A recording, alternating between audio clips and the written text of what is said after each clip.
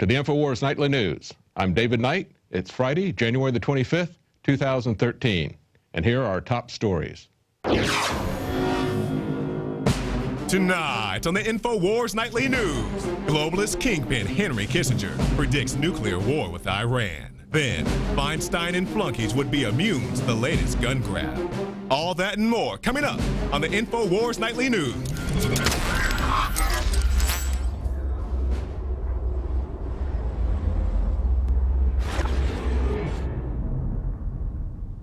Well, New York police unions don't believe that they should be subject to the same gun control laws as quote-unquote regular citizens, especially even retired police. In a report from the Huffington Post, it says New York gun control laws anger retired police who believe they should be exempted from some restrictions. Listen to these quotes from some union presidents. It says, as law enforcement officer for over 20 years, I understand the importance of instituting a new policy on mandating the limits of bullets that a regular citizen can possess. But as a matter of fact, the bad guys are not going to follow this law. And another union president said, gun reform must prevent criminals and the deranged from getting illegal weapons, not restricting law-abiding retired cops from protecting themselves and the public. So essentially, they're making the same arguments that us regular citizens make, and that is that the criminals, the bad guys, are not going to follow these gun control laws. And the other thing that's interesting is that these New York retired police don't trust active duty police to be able to take care of them. Yes, they want to have guns, just like the rest of us, to protect themselves. So basically, they have a different standard for quote-unquote regular citizens than they do for us. But these police unions, one of which has 6,000 members, another that has 50,000 members, they want to make sure that they are a special class of citizen, not like us regular citizens. Now, one sheriff who understands that that's not the case is an Arizona sheriff, and he has exactly the opposite attitude. Arizona sheriff refuses to enforce unconstitutional executive orders in Arizona County. This is Arizona Pinal County Sheriff Paul Babbo, I believe is how you pronounce his name. And he wrote a letter to President Obama, and he said, do you honestly feel that any criminal or someone who is mentally ill will obey an executive order made by you related to gun control? And I like this in his letter. This is really telling. He says in one paragraph, the most important office in our republic is that of a private citizen. But clearly, this president, Obama, Eric Holder, all of these people who believe that they just can sign an executive order without the legislative process and has the same effect as law is ridiculous. And I, as a constitutionally elected sheriff, shall not only not enforce it, she'll fight this president, and they're trampling on the Constitution. Look at what a polar opposite that is to what the New York police are saying. They're essentially saying that the New York police and the retired police are special and elevated citizens with special rights and privileges. But the reality is that they're there to serve private citizens. And that's what this Arizona policeman understands, this Arizona sheriff. And he says, in one paragraph, he says, America has seen an even higher number of our citizens killed by impaired drivers involved in automobile collisions. Why are you not seeking to remove vehicles from our roadways? It's because you realize it's the drivers who are at fault and not the vehicle that they are driving. Now, the only thing I disagree with him on is he says that he's writing this letter to inform President Obama that any law or regulation created by an executive order of your office contrary to the Constitution is one that he will not obey. Now, that's good, but it doesn't quite go far enough, because if we get something that stops short of executive orders, if we get new regulations from the ATF, or if we get laws from Congress that are in violation of the Constitution, those are just as much a violation and an infringement upon our Second Amendment rights as any executive order from Obama. But he has the right idea. Now, just to get an idea of the kind of tactics that Obama is capable of using, a court today struck down his recess appointments as unconstitutional. The three-judge panel ruling is a major blow to Mr. Obama. The judges ruled that the appointments he made to the National Labor Relations Board are illegal, and hence the five-person board did not have a quorum to operate. But the ruling has made even a broader constitutional significance, with the judges arguing that the president's recess appointment powers do not apply to intra-session appointments. In other words, those made when Congress has left town for a few days or weeks. And they said that Obama erred when he said he could claim the power to determine when he could make appointments. And I say this all comes about as the idea that the president can use his powers to fill offices when Congress is not there. But the intention was that this would be done because Congress didn't used to meet nearly year-round as they do now. So when they have not suspended session for the year, the court is saying that he has no right to make these appointments. If he has the right to make those appointments, he's going to be able to basically subvert the idea that the Congress has something to say about those appointments. But it's exactly the sort of thing we've seen before from the Obama administration. If you recall, in New Year's Eve of 2011, he passed the NDAA. He signed it, rather, I should say, when nobody was there and when nobody was paying attention. Everybody was busy with the holidays. And it's exactly the sort of thing that I'm afraid we're possibly going to see with the UN Arms Trade Treaty. Now, you may not realize it, but it takes 2/3 of the senators who are present in order to ratify a treaty. And I'm very much afraid that he's going to play some kind of a sleight of hand trick with this, just as we saw them do with the Obamacare passage, giving that to congressmen who had not even had a chance to read it and forcing them to vote on it, or playing some kind of a game with gun control in terms of shutting down filibusters. That's something that's also been talked about. Now, like New York cops, Illinois cops see themselves as a special ruling class with special privileges. Okay, so police are now crossing locked fences without homeowners' consents. Laura, do you give consent for this officer to go onto her property? He's not protecting me, he's protecting the city. This is like a dictatorship. Officer, do you feel comfortable with what you're doing? Ma'am, I'm not giving you the permission to record me, so please don't record me. Okay, I won't. And don't record my officers either. I'm recording the city of Naperville. Well, this is a continuation of a story that we first covered yesterday. In Naperville, Illinois, these residents who had concerns, health concerns about smart meters and didn't want them installed at their homes, and they have a federal lawsuit that is pending. Still, the police escorted utility workers over their locked fences and forcibly installed smart meters in their homes. Now, as you could see, this officer was not very comfortable being filmed. They asked him, "Are you really comfortable trespassing on our property and installing this?" And he kind of walks away beating his head, as you see him doing there. And then he comes back and tells them that he doesn't want them filming. Now, what happened was, as you saw, the lady complied with that. She turned the camera off of him. She continued to talk about it, and they posted that on YouTube. And once they saw that posted on YouTube, the police returned and arrested the lady. Now, this is something that is over and over again, especially in Illinois. And Illinois seems to have a particular problem with the police being filmed in public while they're doing their duty. If you recall, in May of 2012, the U.S. 7th Circuit Court of Appeals blocked the enforcement of a law that made it a felony to film officers in the state of Illinois.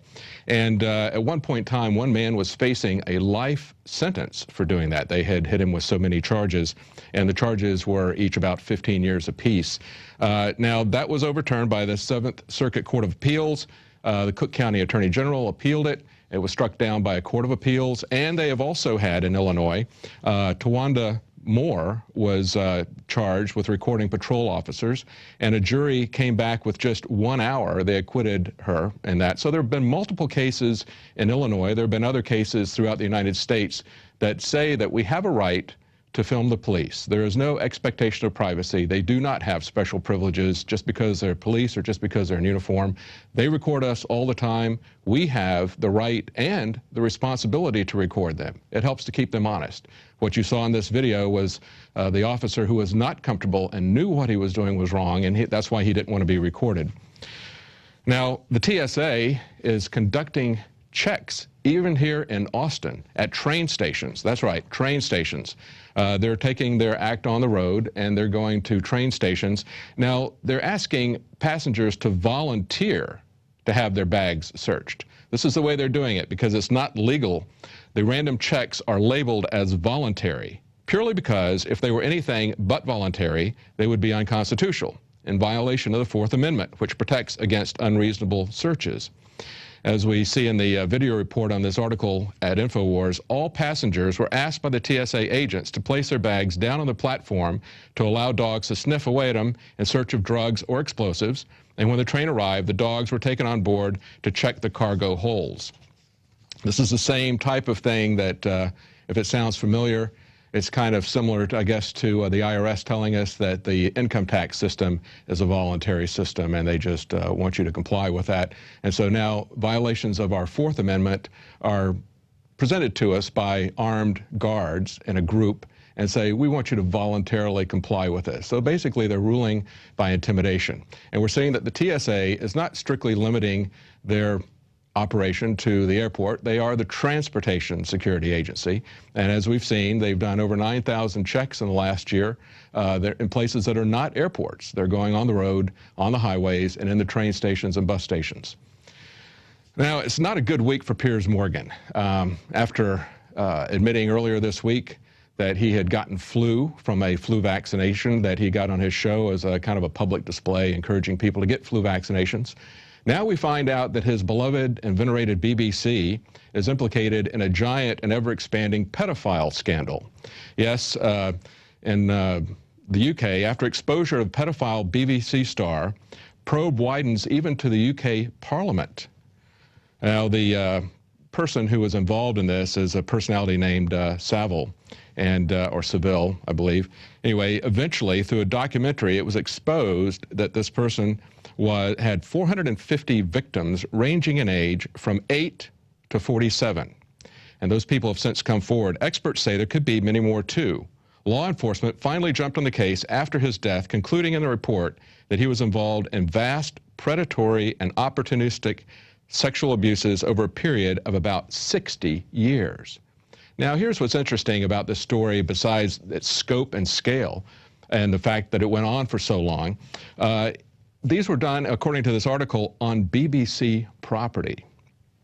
And it was said that in the article that many people that he worked with knew about this going on. And he had extensive connections with people in Parliament as well as with the royal family. So this is something that David Icke and others had spoken of. It is now coming to light. And after it came to light in a documentary, a report, the BBC then pulled that down, and that enlarged the scandal. There was a great deal of outrage after they suppressed the initial report of his behavior. Now, if you remember, if you saw Jesse Ventura with Piers Morgan, Jesse Ventura was talking about Building 7 and how the BBC was reporting that it had already come down, and you could see the building over the reporter's shoulder. And Piers Morgan was just incredulous. He said, "You're talking about the BBC." Yes, that's right, the same BBC. Well, Henry Kissinger, is it just me, or is he kind of the archetype for Dr. Strangelove? He's now in Davos, Switzerland, talking about nuclear war, because I guess he's got his underground bunkers set up just like Dr. Strangelove. He says that a crisis involving a nuclear Iran in the foreseeable future will lead to nuclear war and a, quote, turning point in human history. Now, this is in spite of the fact that the UN International Atomic Energy Agency has found no evidence that Iran is developing a nuclear weapons program, and Defense Secretary Leon Panetta told Face the Nation earlier this month that Iran is not currently building a nuclear weapon. And in 2012, spy agencies agreed with the 2007 intelligence finding that concluded that Iran had abandoned its nuclear weapons program. Now, one of the things that they found in January of 2011 was that Iran was enriching uranium to a 20% level. That's a long ways from the 90% level that's required for nuclear weapons.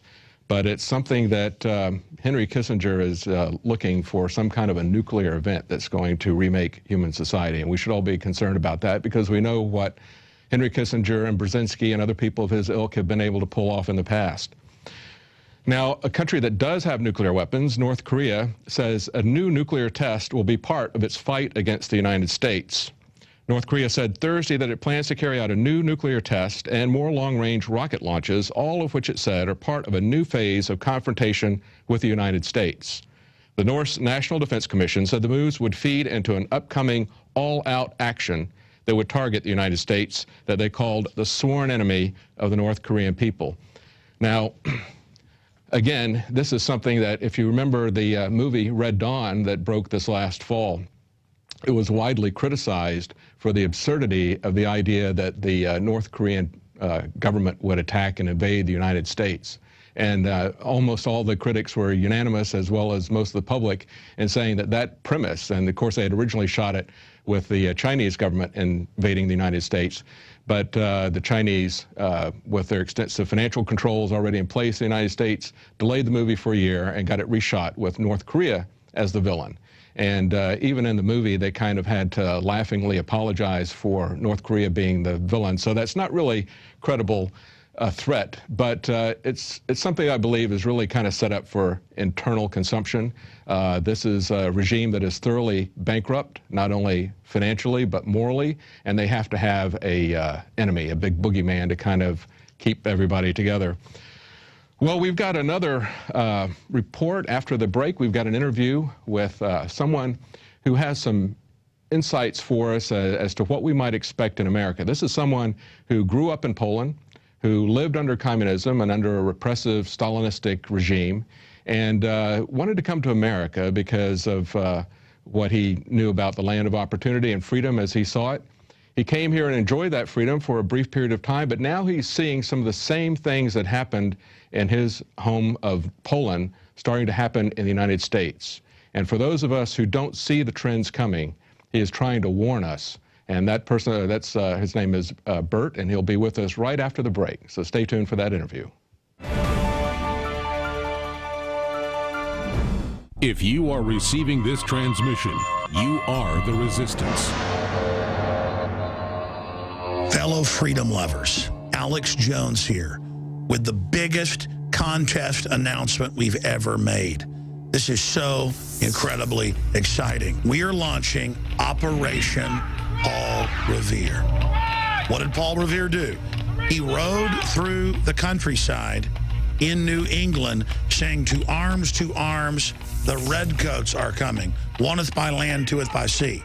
And all that evil men and tyrants need to flourish is that good men and women do nothing. Let me officially announce Operation Paul Revere, a $100,000 cash first place winner to be judged by yours truly, Alex Jones. The film can be 3 minutes. It can be up to 2 hours. It can be fiction, nonfiction, documentary, drama.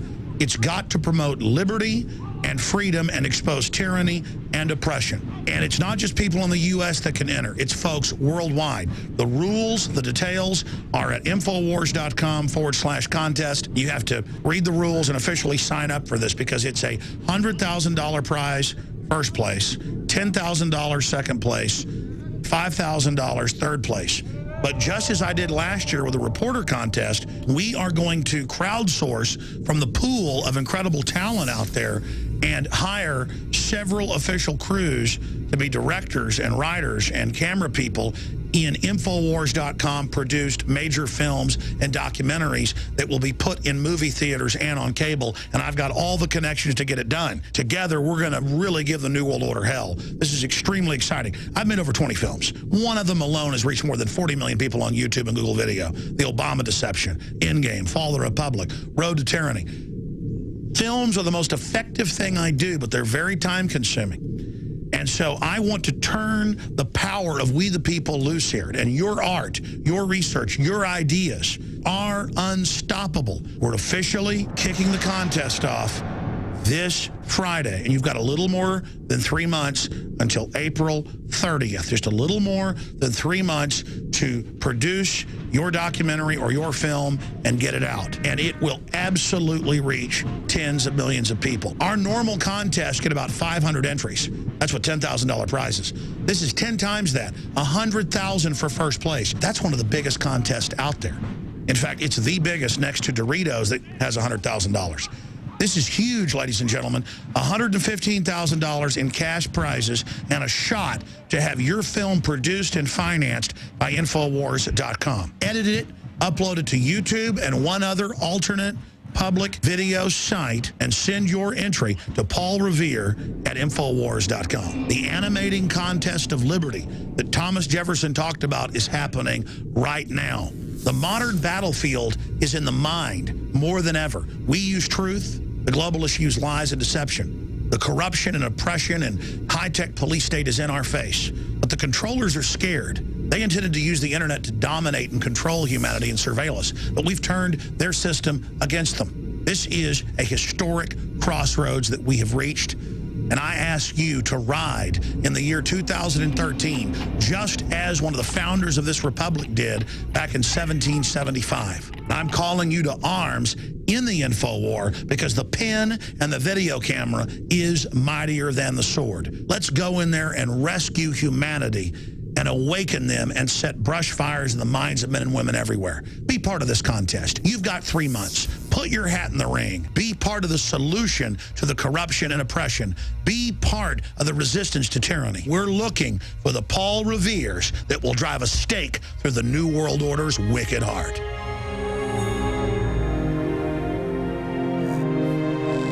ProPure is introducing Pro One. All of your filtration in one system, portable, on the go.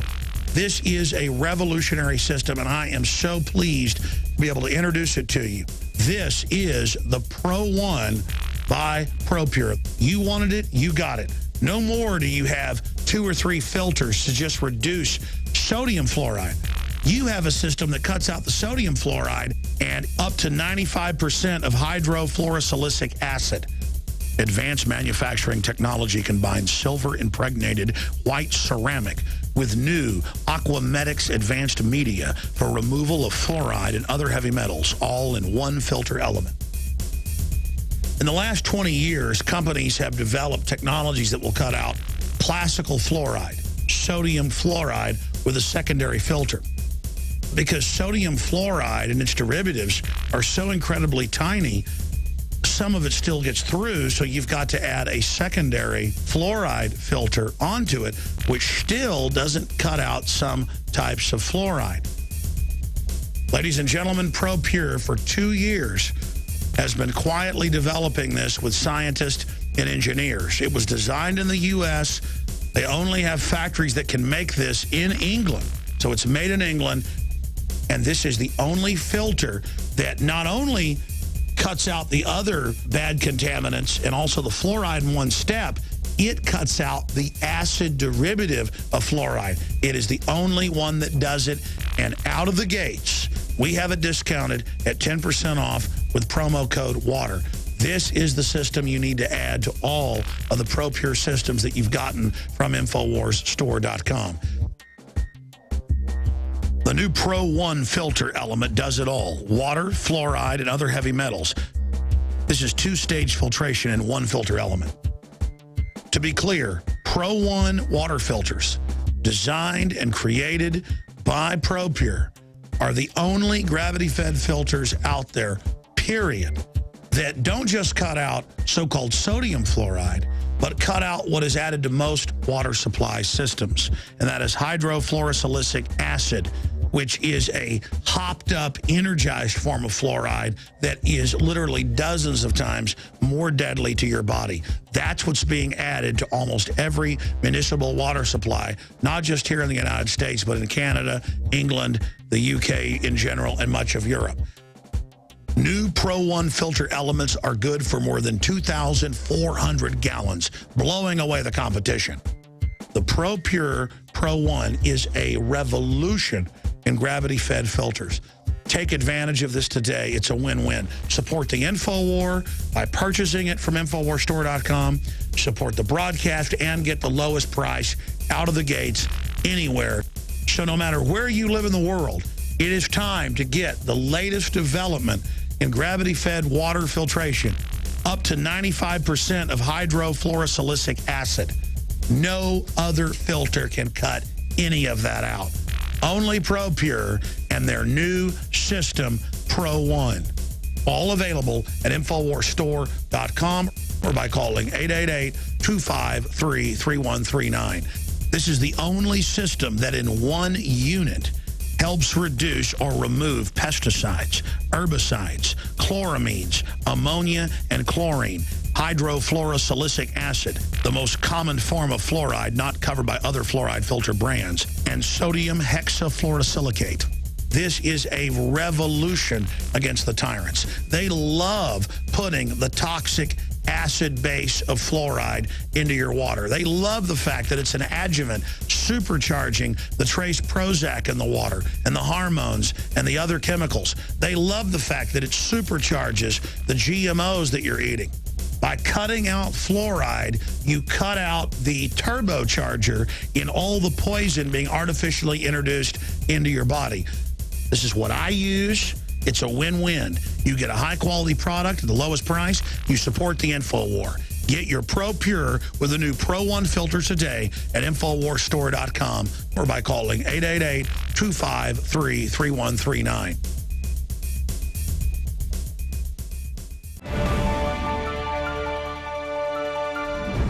Well, a couple of months ago, we had the drone mob here in Austin. We got a lot of people locally and even some people from out of town came to talk about drones and to actually kind of play in the park, but kind of bring awareness of people to what's going on with drones in this country and potential dangers with that. And when we were there, we met some people that were very interesting. One of them is in the studio right now. We've got Bert. And Bert, welcome. Thank you for coming in. Now, Bert is you're from Poland originally, and when we met, you were telling us a story about how you were always looked up to America, wanted to come here, but you're seeing some very disturbing trends happening in America that you've seen before. And we want to talk about that. But first, you've got a fascinating story about how you got here and a little bit about what life was like in Poland. And we were talking just before the interview began. You grew up in, you were born in the mid-50s. So you were kind of at the tail end of Stalin, but you saw some. Tell us a little bit of what it was like growing up in Poland under the communists. Growing up in Poland under communist regime wasn't a pleasant experience because you felt like you're trapped in some kind of cage you cannot leave, and you have to stay it. And you have to permission of government for everything you do, and permission everywhere you go, everywhere just papers and rubber stamps, papers and rubber stamps. And from the financial point of view and economical point of view, was very hard life because the food shortages and all the product shortages and everything was worse and worse and worse, and it took like 40 years to fill it. So it was a difficult time, even for a kid like me growing up. I knew my family struggled a lot to feed us and struggle a lot to get anything for us, clothes and other products, so wasn't a pleasant experience. We were talking about what had happened in the Eastern Bloc countries, and there had been some revolutions. I was surprised to see that there was some armed resistance in Poland immediately after the war to Stalin and the Soviet occupation. I mean, these are returning military veterans who had their own personal firearms. They were experienced in combat, and they put up a fight for a while there. And then also in '56 in Hungary, there was a successful revolution, which the people were able to change the government, but then the Soviets invaded in force and put back Soviet puppets. But later on, in '68 in Czechoslovakia and Prague, there was a peaceful revolution, and then in 1980 in Poland, Solidarity. And what was it that changed in those days? I mean, the '68 revolt in Czechoslovakia wasn't successful. The Soviets came in. What was it, in your opinion, that made the difference between a peaceful revolt in '68 and the peaceful revolt that began with Solidarity in the '80s? The big difference between those dates and those movements was the poverty. In '68, there wasn't so much empty stores in Poland as they were in '80s. And poverty brought people to desperation.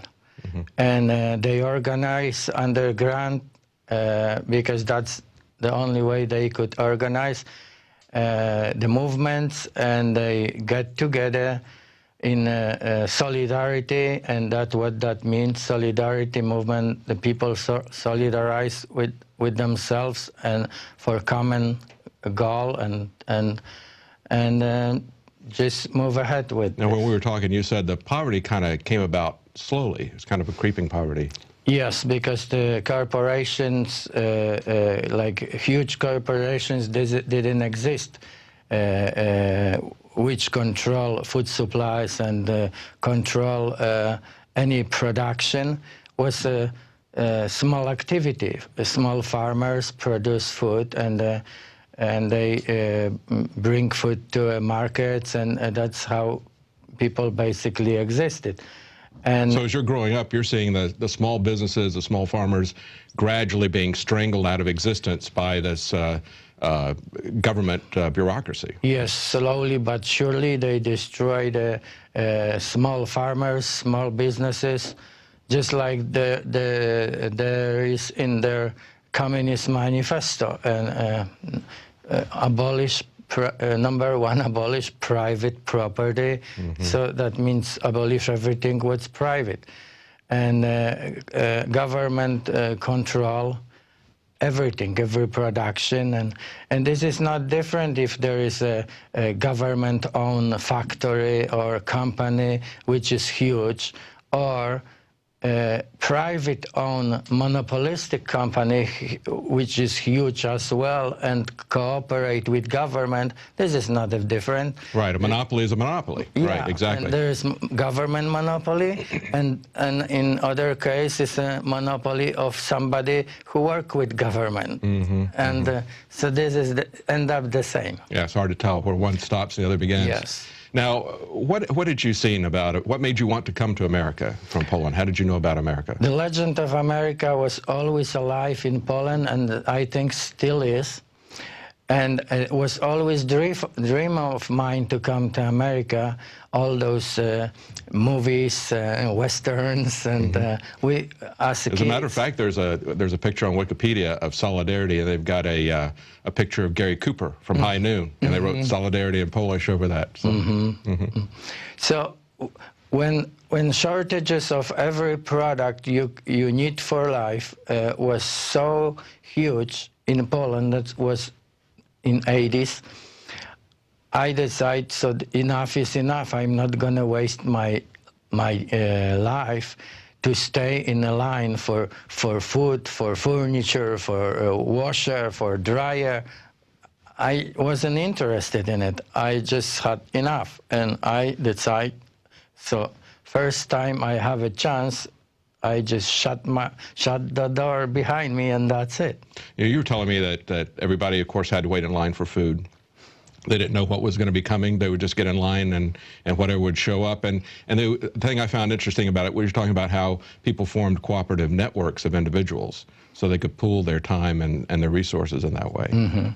But, and that's something that, we all look at this as individuals, but, a lot of people said if there's an economic collapse or a major disaster here in the U.S., coming out of it on the other side with just you alone is not a very effective survival strategy. You really need to have a community of people who have different skills and who can work together to produce something, right? And help each other. That's the most important, because there wasn't that much issue in Poland. If someone buy some food, he always share with family members, and not only closest family members, but many family members. And that's how we survive in many cases. And in many cases, we bought some stuff which was prohibited from farmers directly, and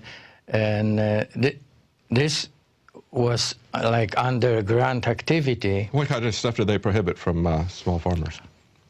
Anything, because they wanted to control everything. Every pig they raise, every cow, and we're starting to see that now. I mean, we've seen controls put on things as innocuous as raw milk, but we've also seen in Michigan them coming after pig farmers and things like that to shut them down with a vengeance.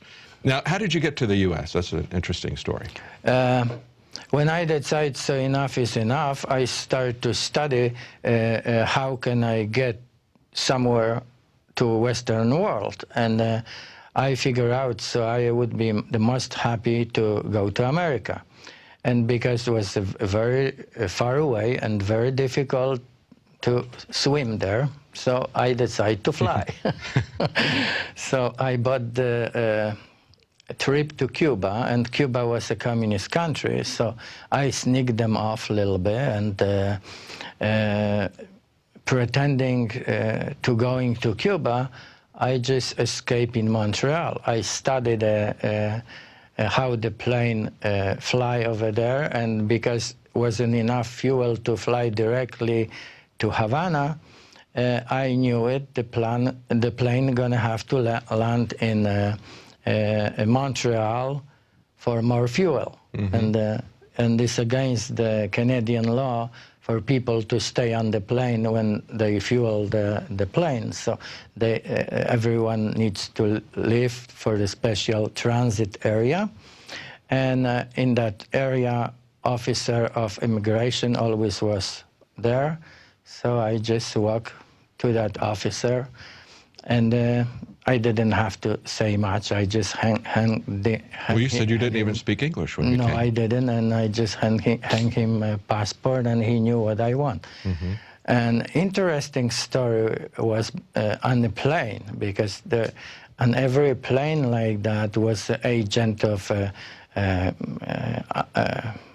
the government? Government agent. Secret police? Secret police, like maybe not like KGB, but kind of. Like Homeland Security, maybe? And he wear leather jacket, black leather jacket, long one. And that's how we recognize them in many cases. And it was so funny because I just, with my views and my expressions and my opinions, which I couldn't keep my mouth shut, so I tried to be a little bit like them, and I wear black long leather jacket too. So he thought I am the other one, because they did not know each other. Well, now, where did you get all these radical ideas from? You said you watched movies, but did you get it just from that? When you grow under pressure, you became diamond. Yes. You know, and I grow under pressure in communist country in every area of life. And every time we crossed the border to Czech Republic, it wasn't Czech Republic then, was Czechoslovakia. Every time we went there, there was a big oppression on the border. They look for everything, and of course, it wasn't that big as right now in American airports. But it was a very, very unpleasant experience. They treat you like a criminal. Even if you just have, let's say, like gold ring, you have to report it, and they wanted to know absolutely. And in many cases, they steal from you things, like in the name of the law. So you're not allowed to bring this through the border, and you have to give it to us now. And so many times they rob us. But we went there just to trade. Trade some things what the Czech didn't have it and Slovak didn't have. And then we bring something to Poland what was not available in Poland. And between that, we make some money, and we have a little bit better chance to survive. So you just assume it's a cost of business having to go through the thieves at the border? Yes, and I travel a lot. And after I came to America, I travel between America and Poland many times a year. But when this craziness started after 9/11, this experience in those airports are even worse than I lived through back in 17 and 80s in Poland. So I'm not traveling right now at all. Like 7 years, I was only once in Poland. My sons, we went to see Red Dawn. And in that movie, the North Koreans invade the U.S., and they set up, of course, the stereotype of tyranny is to set up checkpoints that civilians have to go through.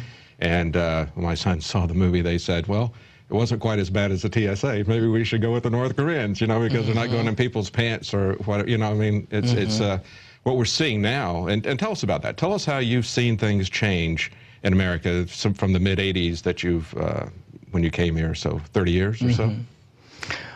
I would like to, I have no bad intentions towards America. America was my dream and still is. And I just wanted to explain myself, my point of view on the issue. America, for Americans who are born in America, is like a mother. And for me, it's not, and they love the America like you love your mother. And for me, it's not like a mother. It's like a wife. I choose it, and I love like a wife.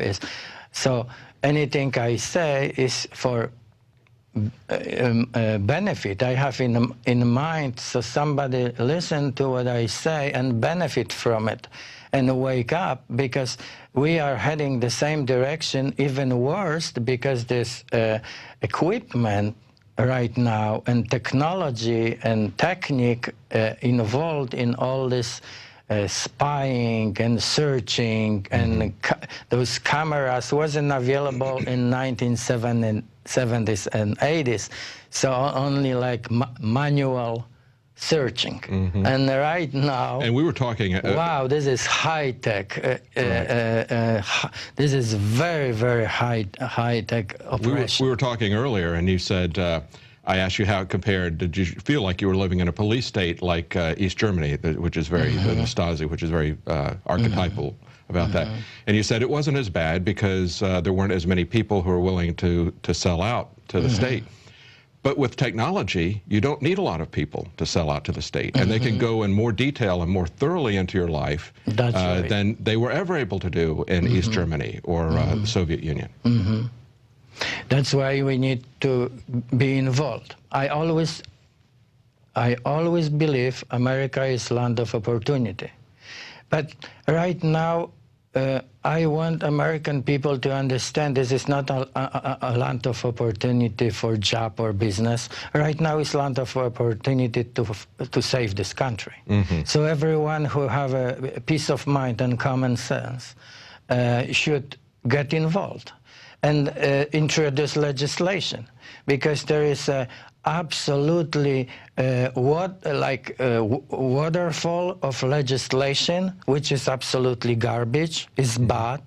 We need to cut this off. We people with the right hearts and the right minds, we need to introduce legislation in America.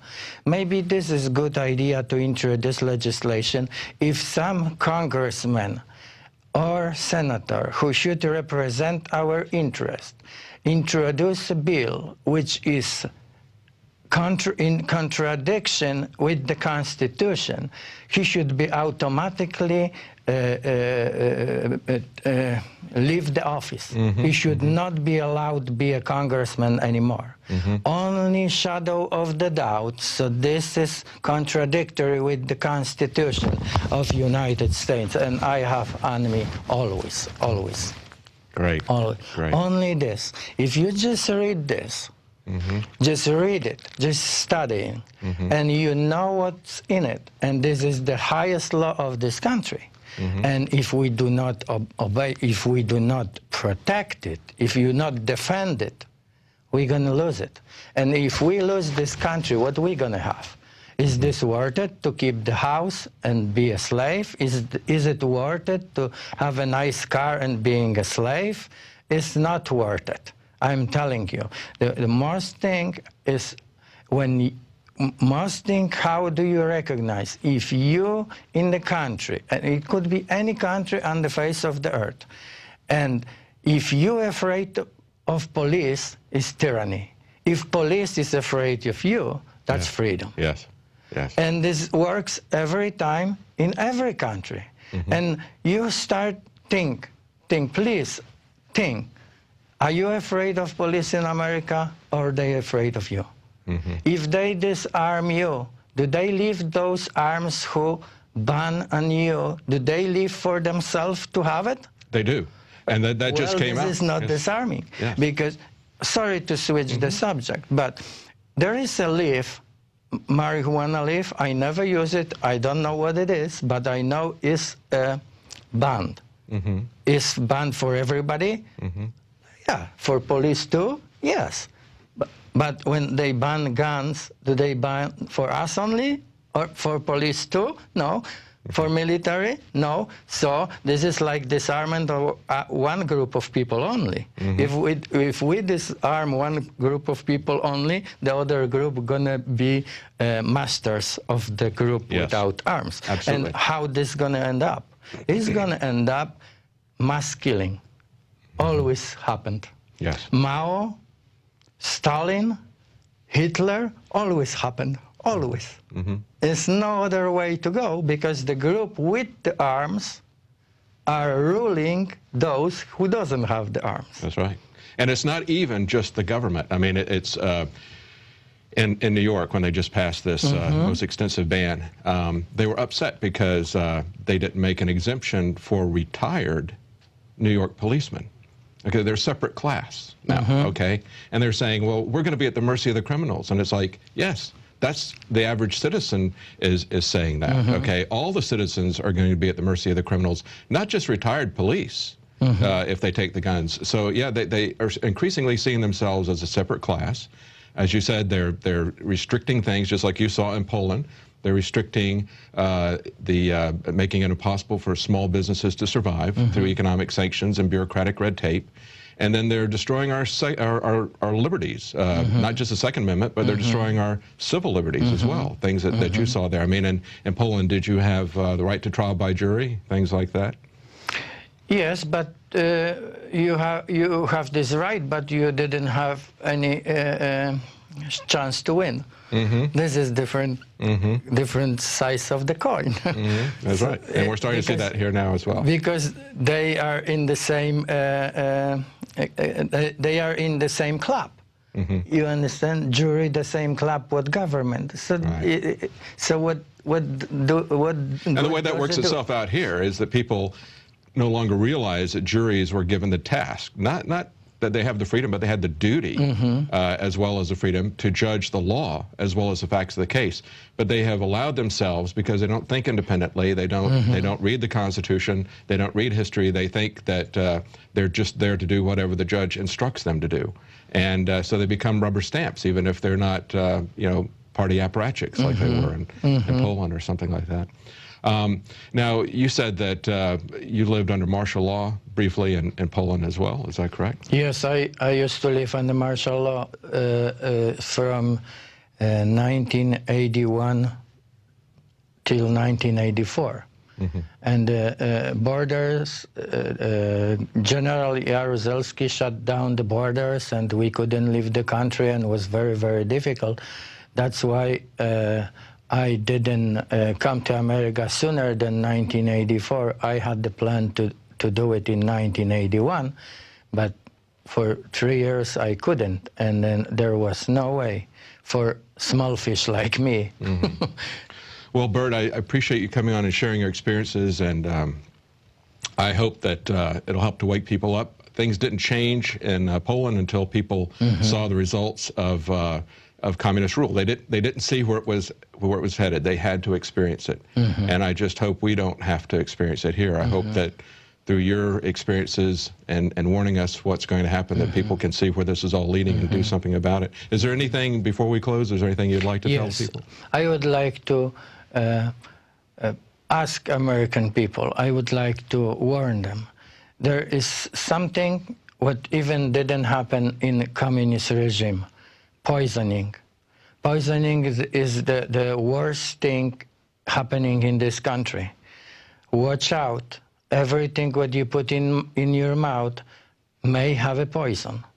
And what's making me very sad, people just doesn't realize that. And if they realize that, their thinking is like, well, this cannot be that bad, and I still gonna drink it, and I still gonna eat it, and I have in mind fluoride in the water. That's one issue. But there is aspartame, there is Splenda, there is sucralose, there is many ingredients in everyday life. What this country became is like, boy, what can I put in my mouth so I don't poison myself and end up in hospital later? And everything what we are saying here, and you cannot just get this information from TV. Mm-hmm. The worst poisoning of your brain is a TV set. That's right. And if you please turn that off and start to think, there are some sources you can get the truth, like Infowars.com. You can go on the line and look on those videos like on TV, not different, but the news is different. It's the truth. It's not filtered. And I appreciate, I started to do it 6 years ago, and because I have this hunger for truth.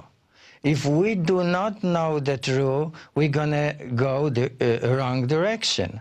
And I just realized and have this similarity, what I just wanted to say. Would you keep in your home plant would spray poison all over your house? Wouldn't you? No, you wouldn't. You probably throw out your window because you don't want to get sick of that poisoning. And why do you keep your TV? That's right. This is worse than plant who poison you physically. This is poisoning you mentally. If they look how you react to it.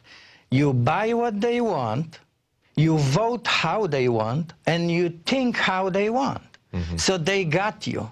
They got you by this big screen and bigger screen and a bigger screen. Mm-hmm. Don't be trapped in it. Just turn off, throw out the window, and start looking for truth. There's many websites, but Infowars.com is the best one. Alex poured his heart out to the people in America. He is the #1 hero in America I found. So stand behind him, please. Stand behind him and do the right thing, what your heart is telling you to do. Don't be wishy-washy. Like I met so many people. I have a situation in America right now. It's a difficult situation. No friends because I wanted to talk true. Yes. I don't want to talk baloney and manure, like they say bad words, but I'm not going to use it. It's like bull manure, okay? Right. I don't want to talk like this. Right. I just wanted the truth. And the truth only I found on Alex's website and his staff, those people who have hearts, I can feel it. And thanks God to one gentleman who introduced me 7 years actually ago to that website. And I was in that trap too. I didn't know what's going on. But after studying every day, instead of watching the news on TV, I watch news on Infowars. I know many things what's going on, and I can react to it. Yes. And if you don't believe some news, what you see, you just don't condemn, because condemnation without investigation is the highest level of ignorance. Mm-hmm. Mm-hmm. Don't be ignorant. This country needs help. We all need together to help this country to be safe from what's going on. You're talking about the fluoride in the water. We need our water filtered, but we don't need our news filtered, do we? That's right. That's right. We need to get it straight and undiluted so we can make our own determination and educate ourselves. Too many people are caught up in the banalities and the trivialities and the entertainment world. And I guess at this stage, you know, we see 1984 creeping up on us, but right now it's really more like Brave New World, where people are getting seduced by pleasure and triviality and that sort of thing. Bert, thank you for coming. Thank you for waking up and helping to wake up people as to what's going on. Thank you so much. Thank you. My pleasure. Well, as I said, you want to get your water filtered, but you want to get your news unfiltered. It's not just water either. It's also knowing about what's going on with GMO. Just 2 days ago, there was a breaking news story out of Europe that said that they found very bad substances in GMO crops there that had not been caught by earlier tests. And that's the sort of thing, that we've been worried about, as well as massive crop failures once we just go to one particular monopoly crop by Monsanto or some other large corporation, that we could have not only severe health effects from unintended consequences of GMO, but that we could subject ourselves to widespread famine. But getting back to the filters, if you want to help support the operation, go to InfoWarsStore.com. We've got plenty of water filters there. You can also find documentaries there that'll help you to understand what's going on with other food and things in the environment. And it helps to support the operation. You might also go to Prison Planet TV and sign up for membership there. That helps us with the funding of the operation, as well as you can send that to other people. As many as 10 people at a time can watch Prison Planet TV, and you can pass out to even more people than that, because that's how many people can watch it on your account simultaneously. Well, that's it for tonight. We hope to see you tomorrow night at 7 o'clock Central, 8 p.m. Eastern. I'm David Knight.